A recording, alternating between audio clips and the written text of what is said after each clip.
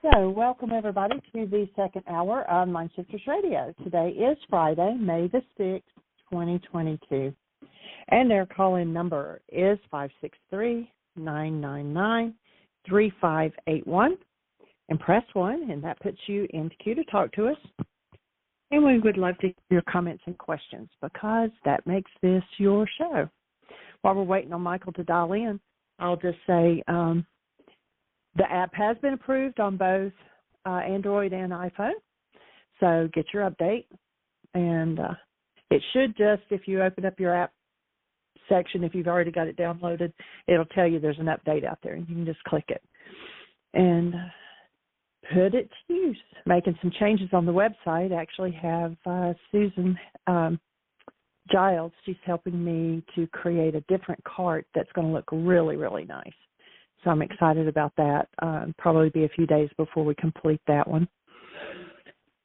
And thank you for listening to pre-recorded shows the last 2 days. We actually had a good trip to Salisbury, North Carolina, and my nephew got married, and so we were in attendance for the wedding and then the reception after, and had dinner with both of my brothers, and then yesterday morning had breakfast with my youngest brother. My brother that lives in North Carolina had to go to work, as did his wife. And but I got to spend a little more time with my youngest brother and his wife, and so we enjoyed that. And then Michael and I did a little bit of sightseeing around the historic part of Salisbury, and it was a good couple of days. Beautiful weather, and we needed the space of just getting away and doing something different. So thank you for allowing us to do pre-recorded shows, and I hope you enjoyed it. That was on Creating Consciously, Part 1 and Part 2. And if you have a question, please raise your hand. The only hand I see up right now is Ann, and I believe that she talked to Dr. Tim. So if you have a question or a comment, please press 1. It puts your hand up, and I know you want to talk to us. We will, let's see, let me look at the calendar. Not this Thursday. Oh, well, yesterday was Thursday. So this coming up Thursday, we will be doing the book club again. We'll do it from here on out unless something happens the second and fourth Thursday of every month. We will be participating in the Global Book Club. You can get that information off the website under either schedule, or you can scroll down to events, either one. I've got it in both places. And then not tomorrow, but next Saturday, we'll be doing our Mind Shifters and Still Point Breathing. So if you want to be part of that membership, you can join for 1 month or 3 months or a year. And we have been, those who have joined longer than the 1 month, we've been adding to the Mind Shifters a different section. You know, the one that's on the website has 3 sections with 13 Mind Shifters in each section. And every month we have been adding one more section of 13 more Mind Shifters. So it's gotten up pretty good size right now. I'm not sure. I think we've done 8 or 9 additional sections or additional weeks. Anyway, that's something extra that you get by joining the longer, either the 3-month or the year. And so just look out there and see what's going on. And we're talking to several people. Michael's got a couple possible radio shows lined up with other people, or to do programs with them on Facebook. And so watch our schedule if any of that comes about.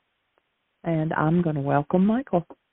Well, thank you, dear heart. I'm delighted everybody's here. We get another opportunity to move forward in this awesome conversation about forgiveness. One that I'm getting more and more excited about all the time. And we had an interesting, as Jeannie said, journey to Salisbury, North Carolina. Kind of a cute little town, at least a downtown area. It was kind of interesting. And one of the things we're getting ready to do with Aria Rain is teach her to play chess. There's a kid's book called Story Chess, which is really well reviewed. So we just got that recently, and we kind of were playing tourist and went into a kind of a flea market sort of place I guess it would be an upgraded flea market. And there sat this beautiful, huge chessboard. What is it, about 2.5 feet by 2.5 feet, a table with two really nice, solid little chairs. And so the squares on the board are about 3 inches by 3 inches, 3 inches square, and big, huge chess pieces. It was just perfect coincidence, and it was cheap. It was a really nice little setup, and so we'll be starting to play chess with our granddaughter, reading the book on story chess, and then getting into playing that game. Where they ordered some checkers for it as well, some big checkers. She's getting into playing more and more games at 3.5, and what a delight. One of the things that happened for me that while we were down there is I engaged in a conversation with a gentleman sitting beside me at the dinner for the newlyweds, sending out a call to Regan and TJ and letting you know that we hold you in our hearts, and we ask our whole community to just extend your love and your support to TJ and Regan as they go forward. And they're both. It was kind of fun when they did their ceremony. They each referred to themselves as nerds as part of their commitment to each other, and how much they enjoyed their nerdiness together, and very innocent, two very innocent young people. She got her associate's degree before she graduated high school. She actually got her associate's degree just this past week, and next week she graduates high school. This is pretty cool, sharp little girl, and just nice kids, very innocent, very, very innocent, and so we let them know on the relationship end that we'd be here to support them. But as we were sitting having dinner, there was a gentleman beside me who'd been through quite a bit of churchianity over the years, and there were just so many things that didn't make sense to him. And one of them was the whole idea of fear. It's a conversation about fear and how there's so much fear around churchianity, and how much fear drives our whole culture. How bizarre is that? Especially when you hear the man who sources that teaching speaking quite literally of fear as a demon. When they talk about perfect love casts out fear, two conditions in the mind together create this thing in Aramaic that was called perfect love, and the mind can't produce a fear-based reality. And yet here are these people that are just in fear at every turn. There's fear of this, there's fear of that. It just goes on and on and on. Whether it's, the list is endless. We look from a political perspective, and the list is endless. So here are people moving in the direction of supposedly following in the teachings of a man who says, I have a purpose. I come to bring you life more abundantly. And if I remember correctly, I think it's 16 times in the New Testament he says, fear not. Over and over and over. Fear not, fear not. Perfect love casts out fear. And yet, everywhere these minds seem to turn, there's fear. And they think, people who are lost in that demon fear, think that they're afraid of something outside of them, and they have no idea how the mind works. The whole system is set in Aramaic, but have no idea how the mind works, and no idea that a mind that's run by fear is a mind that's run by darkness, and no idea that the fear is internal. Why does one experience fear?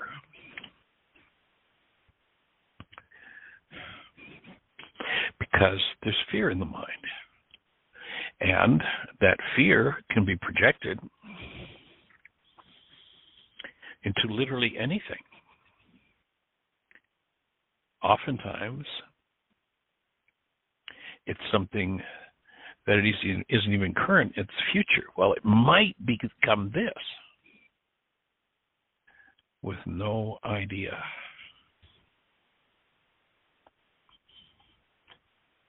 That it's an internal process and that it can be removed.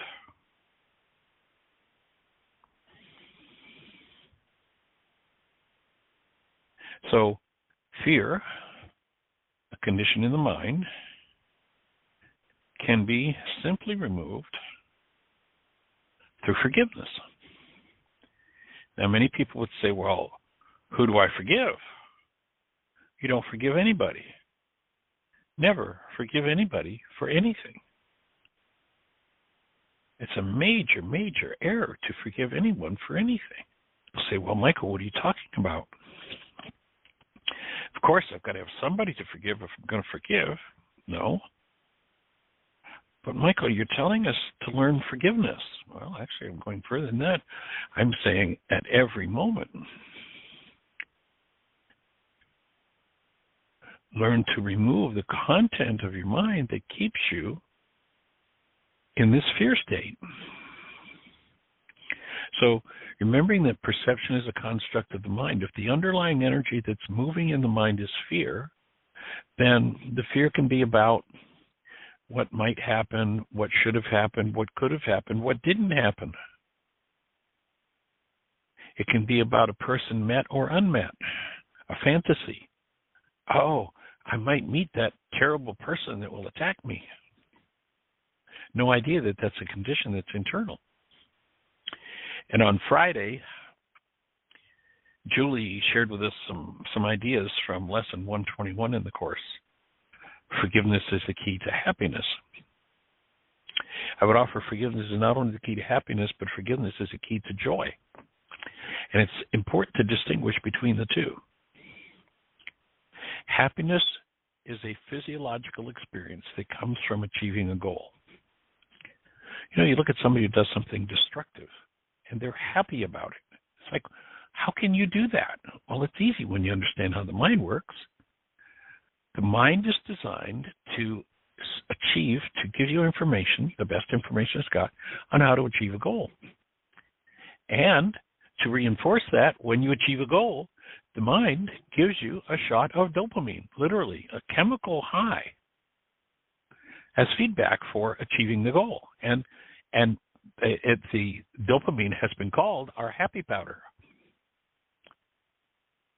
People, when they achieve a goal, are happy, even a negative goal. You look at them and you say, how could you be happy about that?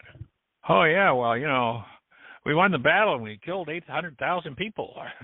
How could you be happy about that? How is that possible? Well, we won. Well, I'd put a big question mark beside that word won. But what you did do is achieve the goal, and now you're happy. But where's the joy in that? If you substitute happiness for joy, you're in trouble because you're going to become addicted to things in the world. Joy, on the other hand, comes from living in a state connected to active present love.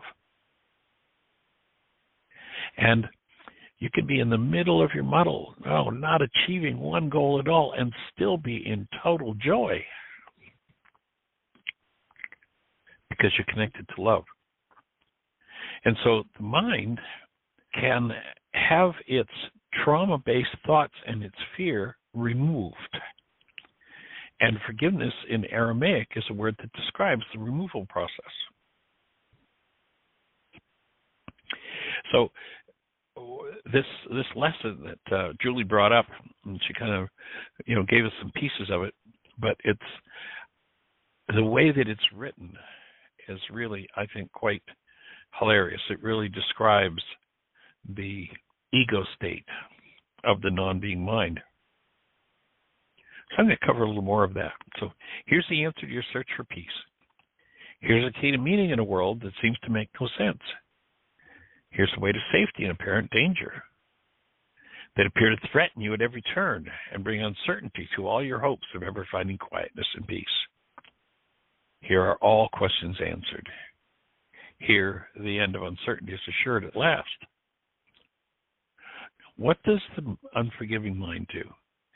The unforgiving mind is full of fear. So as I'm sitting talking to this fellow over dinner, he just happened to sit beside me. We started a conversation. He asked me what I did. Said I worked with the ancient Aramaic. He said, "Oh, well, I'd like to know more. I've been in church all my life, but there's some stuff that just doesn't make sense." I said, "Well, how much fear have you heard coming from the pulpit you stand in front of?" "Well, I mean, isn't that really important?" "Well, I guess it depends who you want to follow. If you want to follow the demon, you go for the fear. But if you want to follow the man who said, 'I come to bring you life,' you better do something about life." And the man who said over 15 times in his teaching, "Fear not." And there was a way to eradicate fear. So a mind with fear in it is it's confounded. So here's how it's described. The unforgiving mind is full of fear and offers love no room to be itself. No place where it can spread its wings in peace and soar above the turmoil of the world. The unforgiving mind is sad, without hope of respite and release from pain. It suffers and abides in misery, peering about in darkness, seeing not yet certain that the danger is lurking there. Remember, perception is a construct of the mind. And if your mind is creating perceptions based in fear, you want to collapse those perceptions in order to get at the root of them and heal them. You can't have enough power in the outer world to change what's going on inside of you. The unforgiving mind is torn with doubt, confused about itself and all it sees, afraid and angry, weak and blustering, afraid to go ahead, afraid to stay, afraid to wake and afraid to go to sleep, afraid of every sound, yet more afraid of stillness. Why is that? Why? Because fear is located in the mind where it doesn't belong. The unforgiving mind is terrified of darkness, yet more terrified at the approach of light. What can the unforgiving mind perceive but its damnation? What can it behold except the proof that all its sins are real?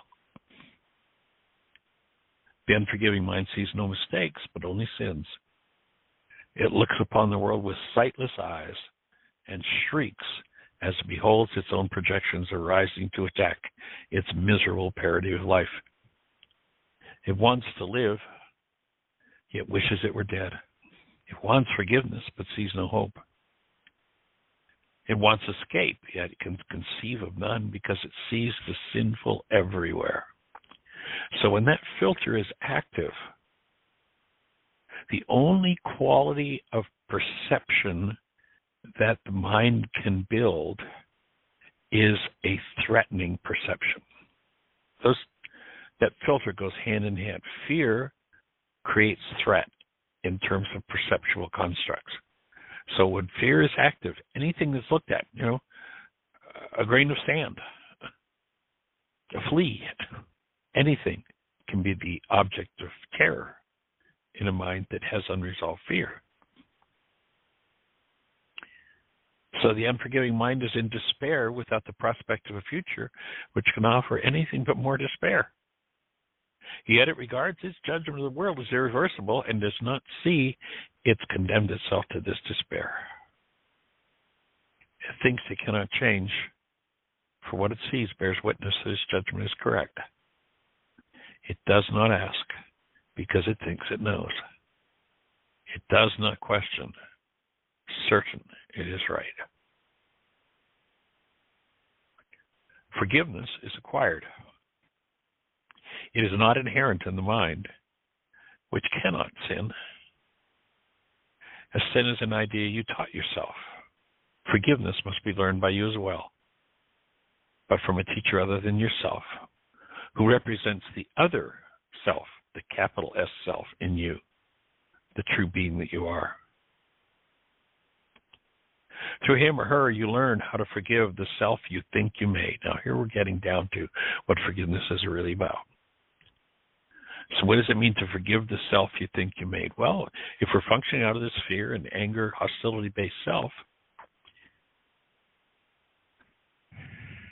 then you recognize that it's not about letting that self off the hook, but rather removing that self from your mind.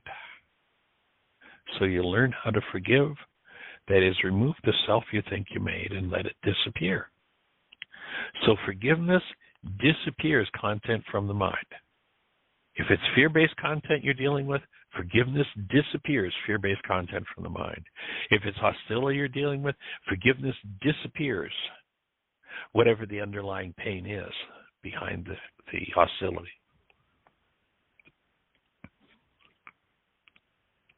So you forgive the self you think you made and let it disappear. And thus you return your mind as one to him who is yourself, who can never sin. In other words, there's an aspect of self that is conscious, active, present love. You know, we've asked the question 1,000 times. How many have ever held a newborn? Go back to the moment that you held the newborn. And as you tap into and experience that newborn, the truth of who they are as love, certainly different than the self most people think they made, then experiencing that newborn as love, by extension, you can say to yourself, well, is the newborn loving me? Oh, no, obviously the newborn is not loving me. So love is not a verb. What is it? The newborn is love. That's the fact of life. And being active, present love cannot go into this energy called sin. Remember, the word sin is an Aramaic term or archery term that means off the mark. Simply means you missed the target. And so as we observe the unforgiving minds around us, of course goes on to say, each unforgiving mind presents you with an opportunity to teach your own how to forgive itself. So how to remove the content.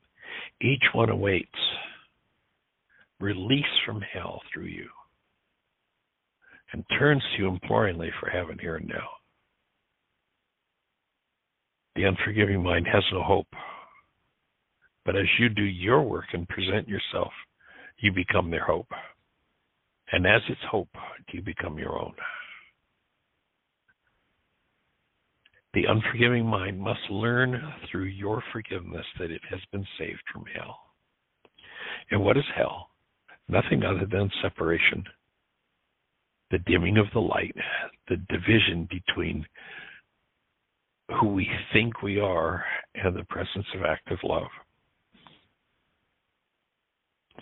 As you teach that, you will learn it. Yet with all your teaching and your learning will not be of you, but of the teacher who has given you to show the way to you. And remember that the true teacher for each and every one of us is inside of us. It's simply removing the blocks to the awareness of that is the work that needs to be done. So this lesson goes on to say, today we practice learning to forgive. If you are willing, you can learn today to take the key to happiness and use it on your own behalf. And this lesson suggests that you do it 10 minutes in the morning and 10 minutes in the evening, learning how to give forgiveness and receive forgiveness. The unforgiving mind does not believe that giving and receiving are the same, yet we'll learn today that they are one through practicing forgiveness.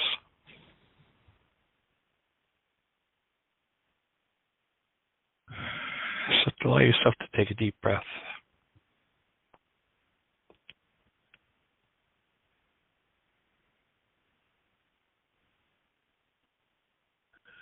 So the practice in this particular lesson instructs Think of someone you do not like who seems to irritate you or cause you regret. And notice the word there, big, big word, seems. It's all projection. It's all done with smoke and mirrors. So this one who seems to irritate you, seems to cause regret in you if you should meet him or her, one you perhaps actively despise or just try to overlook. Doesn't matter what the form your anger takes. So notice that avoidance is, it's all forms of anger. So close your eyes and see that person in your mind, and just kind of in your mind's eye, look at them. Look for seeing some light in that person, some little gleam, perhaps, which you've never noticed. Worth to find some little spark of brightness shining through the ugly picture that you hold of him or her. Look at this picture this lesson suggests. This is your practice. So you see a light somewhere within it. And then allow this light to extend until it covers that person and makes the picture beautiful.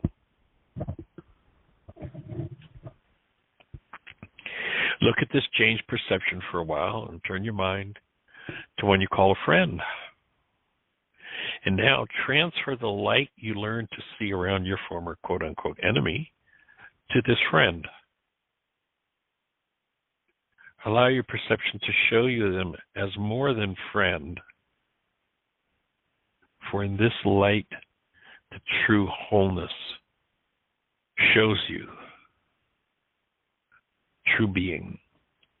And in seeing that, you will move into another level of process and remove, in the process of removing hostility and fear. Beware taking actions on a mind. Beware even opening your mouth to say a word based in a mind that's in some form of fear.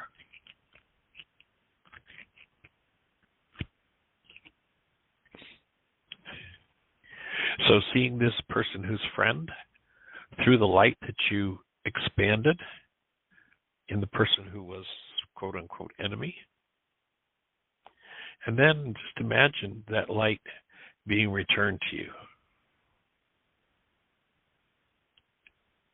And imagine the person who was enemy, quote-unquote, and friend now merge as one.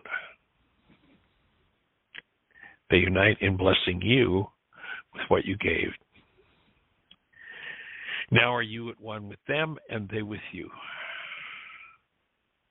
Now have you been forgiven by yourself. Presence of light in you will begin the dissolution on another level of anything based in fear and hostility. And this is where the forgiveness that you've offered you now, that light coming into you, works to process out everything unlike the truth about you.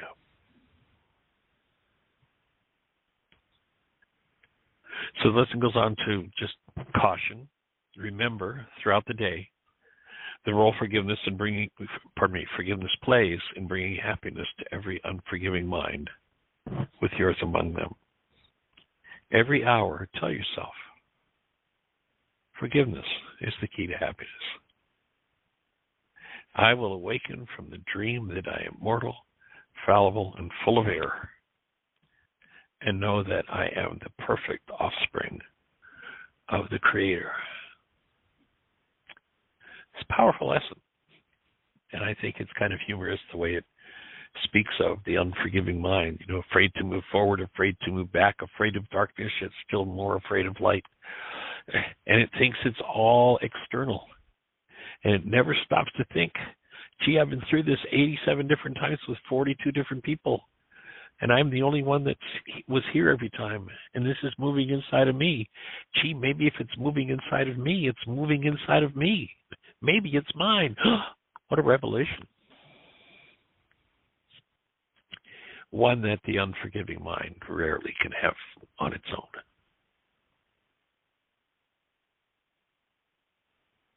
It's a powerful lesson. you might want to review it. If you don't have the book, just type into your browser on the internet. You can look at it online. You can actually download a free copy of the book on your phone or your computer. But just type in ACIM Lesson 121, Forgiveness is the key to happiness. And there it will be before you. I think it's brilliant the way that it's written, the way it describes me. Cool. Thank you, sweetie. I put a direct link in the notes for today, too. Awesome. Fabulous.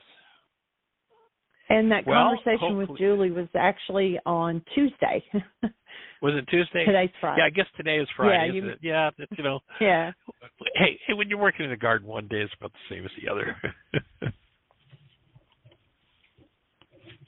'Tis true. So thank you, Julie, for bringing that one up.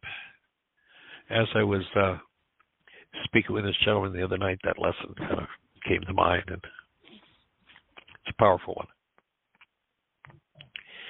And I wonder who that might trigger something for. Somebody out there, if I were in your hometown on the local platform at your local library or university or church or prison or whatever, and I just presented that lesson, as I stepped down off the platform, if you were in the audience, would you be walking over to me and say, well, Michael, what about? So here's the space to come up with your what about. What do you have in mind? What does that stir for you? Does that stir the need for refinement? We have a hand up. Support? Let's say hello. I believe it's Susan, 610. You're on the air. Welcome. Again. Yep. Hey, young lady, welcome. So good to hear your voice. Perfect. Welcome home. Great to see the pictures on Facebook. Facebook is fantastic if you can manage some of the less pleasant stuff. It's just great. You mean if you manage the opportunities to learn, it gives you to learn forgiveness? Yes, it does give many opportunities for that, doesn't it? It does. But it is a fun place to communicate. I find, a lot of people talk down about social media and talk down about phones and technology. I think it's an awesome thing. I just, I couldn't start to keep up with the number of people that I get to keep up with in a personal way or with the work or anything else. So I think it's awesome. But I guess if the tool uses you, you may be in trouble, but it is fabulous. And we'll get some pictures up. I just finished this morning, actually just before we left for this trip to Salisbury. We did our newest garden space. We divided into 3 parts and was doing building soil, putting in compost and wood chips and cardboard and leaves and grass and then soil on top of it. So we did two parts of it just before we left and had another third and got that done this morning. So that's great. So good. It is. So what's on your mind for today? Well, the lesson was wonderful. It's wonderful. I have been it's kind of messy how I'm doing these 5 worksheets because like yesterday, I did part of one on the radio show with Dr. Tim. Right. Because I was Nice. getting nowhere with it. And he did a very creative thing. He just said, well, I think your goal is it isn't the right goal. It isn't quite there. It won't hurt, but it'll take you longer to get where you need to go. So refining the goal. Then I got to refining the goal, and then I didn't do the whole thing on the radio show because I could see where it was going. By now the issues go back to the same series of scenes, and once in a while something augments, but basically it's just going at the same scene, early scenes. So 77 times, 70 times. It is so amazing.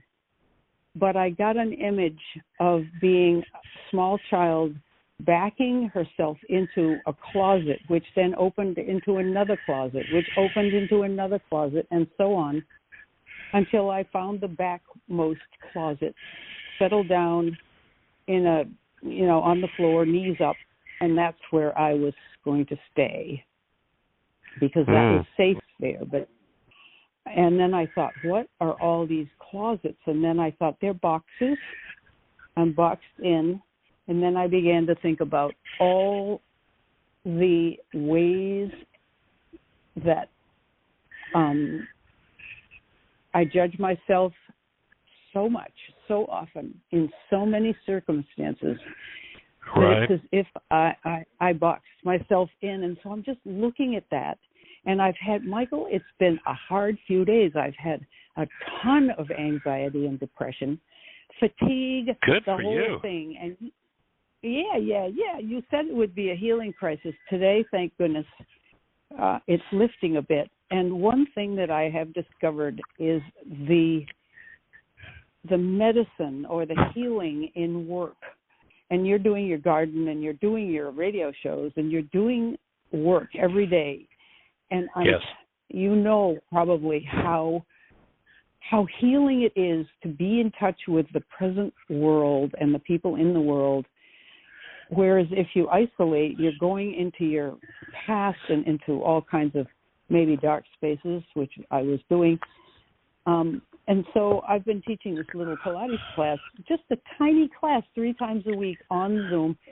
I'm always so much better on those days because my friends show up and we work ourselves into a lather and stretch every muscle and bone that we can find, and then we're off and it feels good. So I'm just thinking there is an immediate, indirect healing in physical activity particularly, but work probably in general, but physical activity. That isn't what I wanted to talk about, but only that it seems at this point, what I meant to say about the 5 worksheets is that was my 4th one for yesterday, but that worksheet went on all day. It just went on all day. I couldn't go to another one because I was just backing into these closets.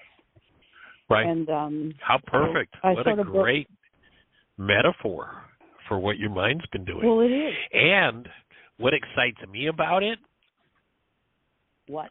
is you're getting ready to go and see your grandson, and now you know what to do with him. You know what you're going to have to support him through. Mm-hmm. This is it. This is the family dynamic. And I think you're going to find him in one of those back closets. And when you take his hand, because you've been there, and you help him to walk out of the maze, it will be amazing. I want to do that. I know. I got you. And I think you've just been taught exactly what it is that your job is. And to create the safety for him to be with that as you've just done for yourself. I mean, people don't go into that depth until there's safety. Yeah, that's true.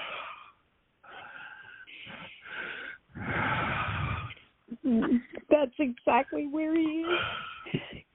He hides in his room all day if he's not working. He's back in his room. Yeah. And is that what you used to do?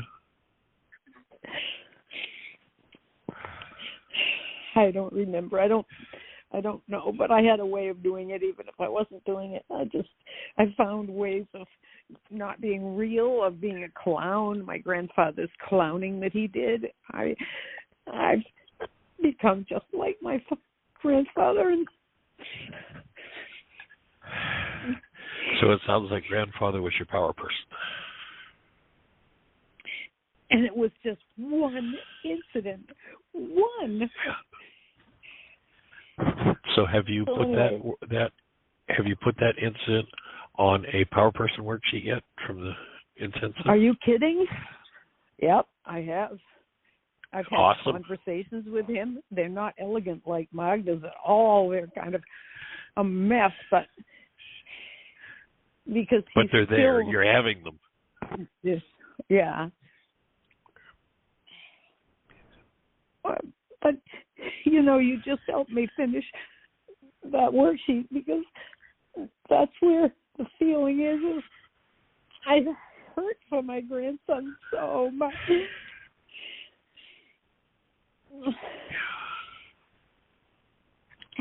Probably about the same level of hurt you perceived that your grandfather was in, that he had no idea how to express or deal with. Yeah, probably. That's a good idea to think about.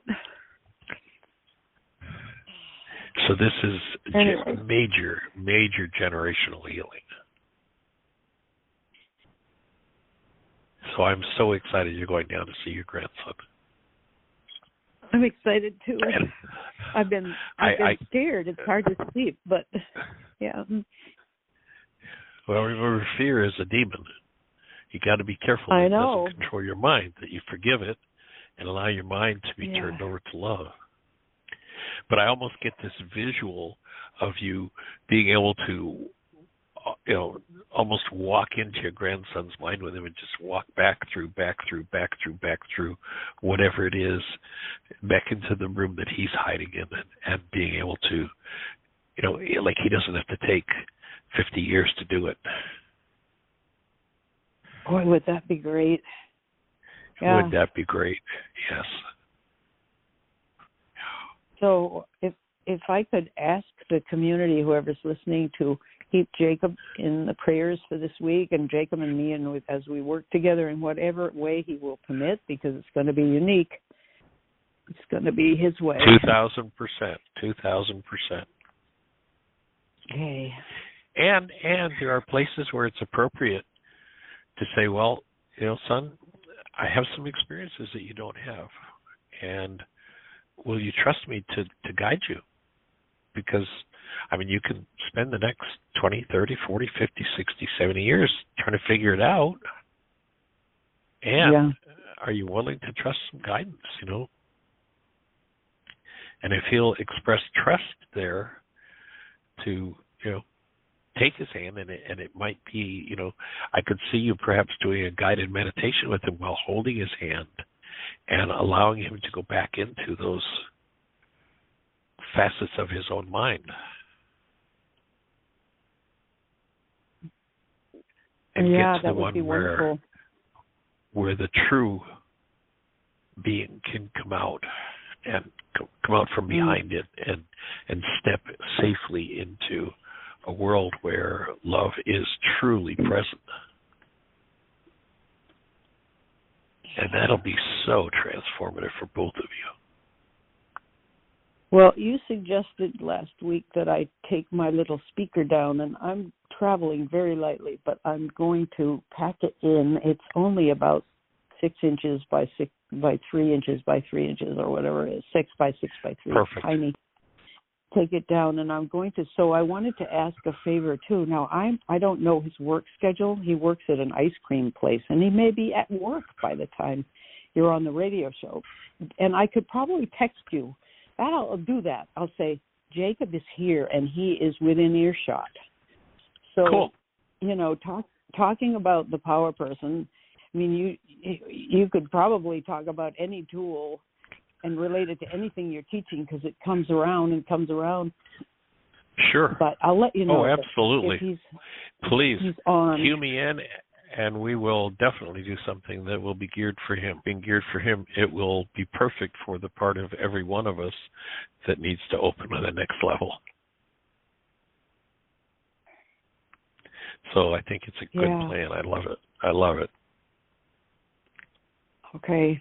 I love it, and I admire and acknowledge the integrity of the work you are doing. Well, thanks. It's powerful. It is. You warned me, and I thought, oh, no, it'll be... Yeah, well, I don't know anything. Okay. Courageous. Well, and when you think, if you go back and watch, just imagine the level of pain that your grandfather had to be in to express the way he expressed toward you as a small child. And stand in the space of willingness to be willing and able to be shown how to process that level of energy, that level of trauma. I mean, for a man that age to still be in, generally speaking, with age, most people mellow, but to still be in that much hostility and that much fear. Yeah. Well, I have had imaginary conversations with him about when he was in that orphanage. And he said from age 12, when I left home and I was such a little kid, I was the 13th child in a fatherless household, put in an orphanage because my mom was doing laundry but couldn't feed us all. I got to go. And they treated us terribly there, and I was extremely scared and lonely. I mean, he is telling me about, or I'm just imagining. It doesn't matter. You said it doesn't matter, and that's a wonderful thing that you say. Make it up, and it'll be useful. So, well, and what I've found is that when you get to a certain level where your breath is moving and you're connected, what your mind tells you you're making up is actually just the way you open the channel in your mind to allow the truth to come through. Yeah. Well, it's hitching up with a lot of the ways that I have chosen to be in my life. I can locate my real self. I think I'm being real now, for instance, but I click into a clown and she shows off because she's trying to be noticed and loved. And of course, I'm aware as my wiser self that this is not attractive and not useful and will lead to nowhere. But I still find her clicking in, going into her act, I call it, going unconscious, going into my act. And notice that's when there's fear. Yeah, there is. That's the unforgiving mind. Yeah. And the certainty that there's no real love out there. Nobody's going to come through, really. So this is the next best thing. Anyway, yeah, it's been good. Let's. Yeah. So here's the unforgiving mind. Okay. Torn with doubt, confused about itself and all it sees, afraid and angry, weak and blustering, afraid to go ahead, afraid to stay, afraid to wake and afraid to go to sleep, afraid of every sound, yet more afraid of stillness, terrified of darkness, yet more terrified at the approach of light. What can it perceive but its own damnation? What can it behold except proof that all its sins are real? Sees no mistakes, only sins that deserve condemnation. It looks upon the world with sightless eyes and shrieks as it beholds its own projections rising to attack. And all you need to do is locate at any given moment that any of that's going on, the goal that's driving it. And oftentimes, tying back in that to recognize or add that second piece to the goal, I want this to be accomplished, and then add to it so that I can. And that will take you another step to the deeper goal. Yes. The Magda clause. I call that the Magda clause. I love it. Well, the last time I remember when we talked about it on the show, there was a gentleman who was at Heartland for several years. He was kind of the support team manager at Heartland for 5 or 6 years. And it was David that actually came up with that piece. So okay. And Magda brought it to us. She reminded us of that on the show back a few weeks ago. But that can take you into that step. It's like, what do I really want to accomplish? There's my goal. Yeah. And then Michael, go ahead. The thought is, this would be hard for me to do because I never cry in front of anybody, but I have the archive of this show.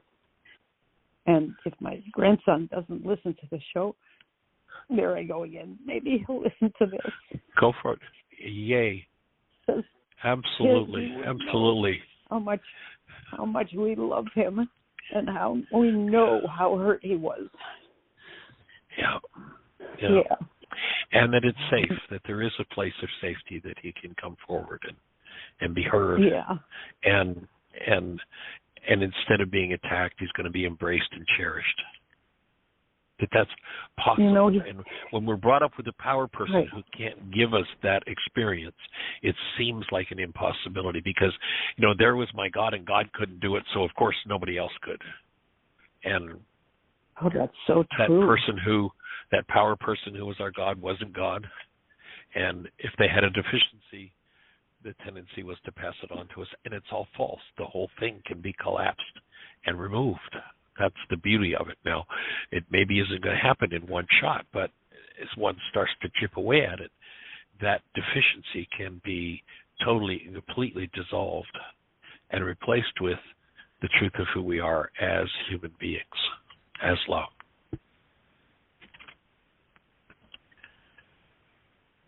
Wow, that's really an amazing thought. He'll get how deeply you care for him and how deeply. And to me, it's a tribute to him, the inspiration that it's been for you to go to the next level of your healing and your work. And when you can just open that to him and model that to him, look, here's what I'm doing, and thank you. You're a big part of my motivation. Your desire to be there for him. I mean, that's just profoundly powerful. I hope it will. Think back.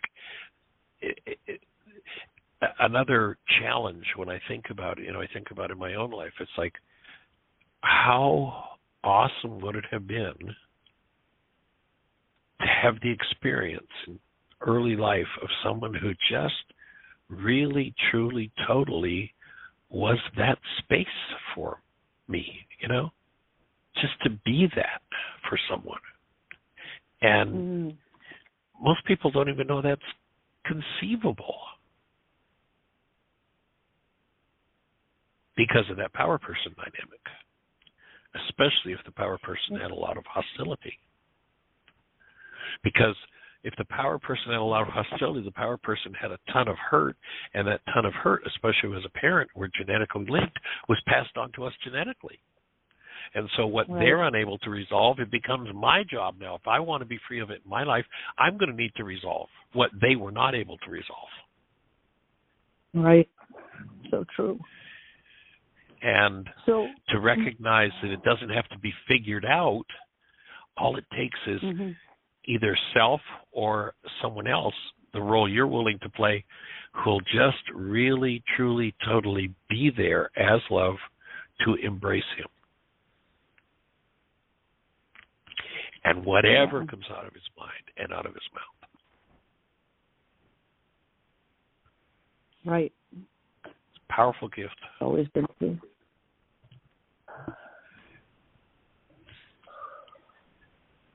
He has gotten a diagnosis of bipolar 1, but his bipolar swing goes from this creative, lively, sweet, loving fellow to what I would say is his father's rage. Right. It's as if he steps into it and he gets a steely look in his eye, and he's gone, and he is takes scared over, when he gets there. And so I don't think his dad was probably pretty scary. Oh, terrifying. I'm telling you, even as an adult, I was terrified of him. So I can't imagine what the kids felt like. Well, of course, I know you were never terrified of him or anybody else, but it sounds like perhaps he was able to show you some of your deepest unresolved terror. Sure did. Just like your grandfather did. And my mother, your grandfather did. Yeah. Mhm. Yeah, that's true. So it's a major family dynamic from both sides of the family that he's inherited. So it's not surprising that he's withdrawn the way he has. And, you're there to hold his hand through it. That's awesome. What a gift. I mean, he's got to be able to get how deeply you cherish him and want to honor him. And his brother, Lukey, I don't have access to him, but Luke fought his father. Jacob really didn't fight. He hid in his room. He went into his closet. Luke fought. And I admire Luke for fighting, because I couldn't fight like that. He tried to confront his father many times, and now he's just not in touch with his father, and he's also self-medicating with alcohol and kind of, doing the best he can. So I'd love to reach him too, his two older boys. So anyway, thank you so much, Michael. Well, you have our support every step of the way. Because when you break that one open, when you crack that one for one of those young men or both of them, you can literally change the world. You'll literally open the gateway for every traumatized child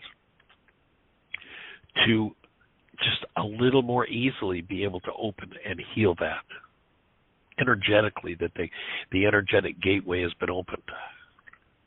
So that would be wonderful. Thank you for your willingness. Thank you for your willingness. Yes. Yeah, there are so many abused children. It's just outrageous. Absolutely outrageous.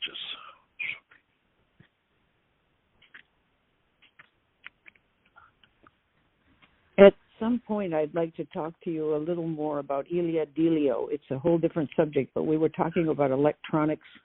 She gave a talk at a convention my daughter was at. My daughter came home so inflamed with inspiration. She said, we have to welcome these electronics. This is an evolutionary thing. Of course, they can be misused, but it keeps us in touch with each other. Don't ball out the kids who are online all the time. They're communicating. We're becoming cyborgs. I didn't know what a cyborg was for Star Trek. It's a human Part with machine. Those other, what? Part machine. Part human. Part machine. Yeah, well, she calls it a cyborg, but she said if it does what it could do, we'll no longer have individual countries. We won't have borders. We will all be for one another. The individual will be there but receded. It will be the welfare of the community that will come forward again, and we will be more in love than we have been now. That's pretty much it. So I crammed it all into a minute or so. But awesome. Please send me a link. Send me a link with a name. Well, and I'd love to look at it. Okay, I'll send you her name, and they're just YouTube talks. So yeah, that's great. I haven't heard much of it. I just got the summary from my daughter, but she's written some books. And anyway, yeah, she was churchianity right out of the church, and she was a nun, a Catholic nun, who became a research scientist and a theologian, the way you are, a global theologian. So anyway. Yeah, I'd love to see some of her stuff. That's awesome. Thank you. Okay. All right. Well, we're down to about the last minute, young lady. So we'll be, beaming energy in your direction for every piece of work you can get done before you head down there, and then as you're there. So look forward to supporting you and appreciate you a lot. Thank you. Have Michael. a blessed Mother's Day. Yes. Thank you. Happy, you too. happy Mama and Grandmama's Day. Yeah. Yeah. Thanks. To all the moms out there, and all the men that operate as moms. Happy Mother's Day. Blessings.